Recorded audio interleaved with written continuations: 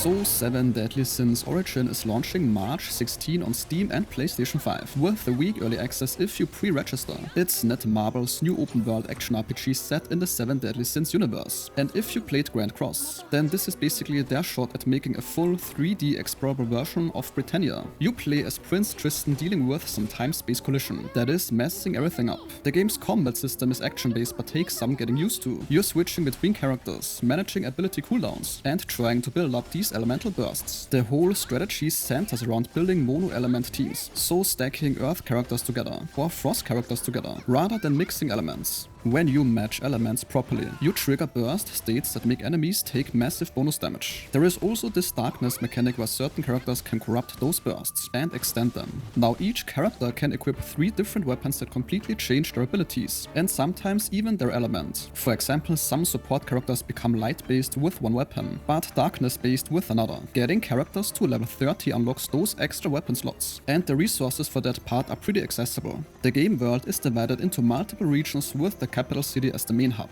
That area works as a multiplayer zone, where you will see other players running around. But outside of town, you are basically in your own instance unless you invite people to join. There is a lot of stuff to do beyond combat. Fishing, cooking, crafting, resource collecting. The map has a tracking system that shows you where to find specific materials, which helps with the gathering grind. For actually getting around, there is flying mounts you can unlock, but there's also character-specific exploration abilities. One original character for this game transforms into a bug and flies, which lets you reach air treasures early. Another marks treasure chests on your map. The different characters help with different exploration needs. The boss content splits into 2 types. Open world bosses are simpler fights, but some zones have more complex encounters, with actual mechanics and phases. Then there is the challenge mode with 5 main bosses that you can farm for gear and materials. These are designed for co-op, and you can bring friends or join with randoms. There are also these multiplayer dungeons like one set in Mines, where you find through sections, ride minecarts, and use specific character abilities to optimize the route. Taking a look at the game's Gacha system, it has 2 separate banners. There is one for characters which also drops weapons, and another weapon-only banner for the highest tier weapons from the beta footage. Most pulls end up being low-rank weapons, which means you're hoping to hit the rare stuff. The rates for launch haven't been announced yet, but the beta rates seem to be way more generous than what's expected for release. The launch roster includes a bunch of characters from the series plus some original ones, made just for this game. Big names like Escanor, Merlin and Ben are confirmed coming later.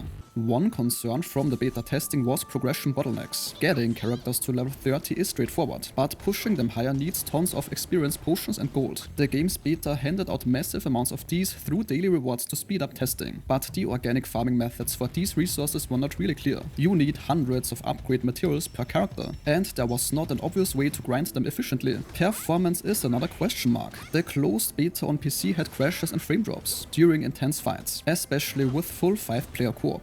PlayStation 5 testing apparently had some overheating issues in certain areas. The PC requirements seem fairly demanding even on lower graphics settings. The game's pre-registration gets you free copies of one starter character, plus a bunch of summon currency, and some statue cosmetic. If you're planning to play free-to-play, then rerolling might be worth considering, since the gacha can give long dry streaks of duplicate weapons, or characters that you don't need. The game is trying to stand out in a crowded open-world gacha space, and for 7 Deadly Sins fans, it's the first real chance to explore Britannia in 3D. Whether the combat system clicks for people and whether the economy feels fair at launch are the big unknowns. And this sentence concludes today's video. If your time was respected, a like or comment is very much appreciated.